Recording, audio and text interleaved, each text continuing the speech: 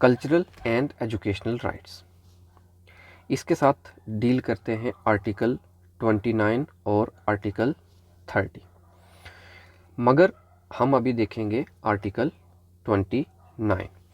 ये डील करता है माइनॉरिटीज़ के इंटरेस्ट को प्रोटेक्ट करने के लिए, और ये क्या कहता है आइए देखते हैं कि सिटीजन्स की कोई भी सेक्शन हो, अगर मतलब सेक्शन होती है थोड़े से ज़्यादा, जब लोगों को क्लब करके ग्रुप में अगर हम बात करते हैं तो होगी सेक्शन, तो मतलब कोई भी सेक्शन अगर सिटीजन्स की जो कहीं पे भी इंडिया में रह रही हो, ठीक है, जिसकी अपनी एक अलग से लैंग्वेज हो और एक स्क्रिप्ट हो, स्क्रिप्ट होती है जिसमें हम लिखते हैं, लिपि हिंदी में कहते हैं इसको, ठीक है, अपनी एक स्क्रिप्ट हो या फिर अपना एक डिस्टिंक्टिव कल्चर हो, तो उसको ये अपना सारा कुछ कंजर्व करने का हक होगा।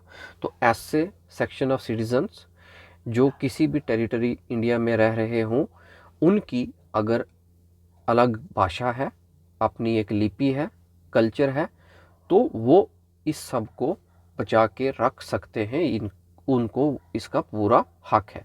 तो यहाँ पे ये जो डील कर रहा है आर्टिकल की ये क्लास, तो ये यहाँ पे वर्ड यूज़ हुआ है सिटीजन्स, ये भी प्लूरल है, और सेक्शन खुद भी जो है वो एक बड़े लेवल पे ज़्यादा लोगों को ही इंक्लूड करती है। तो मतलब ये इंडिविजुअल सिटीज़न की बात नहीं है, ये कलेक्टिवली बात हो रही है।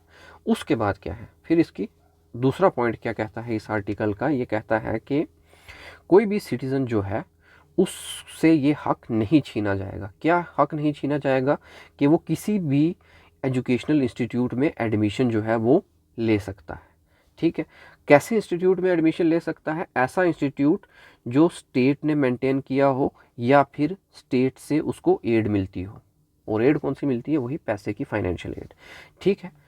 और वो एड कहाँ से मिलती हो? स्टेट फंड से। तो मतलब किसी भी सिटीज़न को एडमिशन लेने से किसी भी एजुकेशनल इंस्टीट्यूट जो कि पूरी तरह से या मेंटेन किया गया है स्टेट द्वारा, या फिर उसको फंड मिल रहा है, एड मिल रही है स्टेट फंड से, ठीक है, तो किसी भी सिटीज़न को वहाँ पे एडमिशन से रोका नहीं जा सकता। मगर किस किस ग्राउंड पे? रिलीजन के ग्राउंड पे, रेस के ग्राउंड पे, कास्ट के ग्राउंड पे, लैंग्वेज के ग्राउंड पे, या इनमें से किसी भी ग्राउंड पे, ठीक है। तो मसला ये है कि मतलब किसी भी, ऐसा नहीं कहा जा सकता कि किसी इंस्टीट्यूट, एजुकेशनल इंस्टीट्यूट में सिर्फ इस पर्टिकुलर रिलीजन के लोग पढ़ेंगे, या इस पर्टिकुलर रेस के लोग पढ़ेंगे, या फिर इस पर्टिकुलर कास्ट के नहीं पढ़ेंगे, या फिर इस पर्टिकुलर लैंग्वेज को बोलने वाले नहीं पढ़ेंगे। तो मतलब किसी भी सिटीजन को एडमिशन डिनाई नहीं की जा सकती based on the ground of religion, race, caste, language, ठीक है। तो ये आर्टिकल की का था, जो भी हमने ये पढ़ा आर्टिकल 29 इससे डील करता है, ठीक है। अब हम आगे देखेंगे आर्टिकल 30 अगली वीडियो में।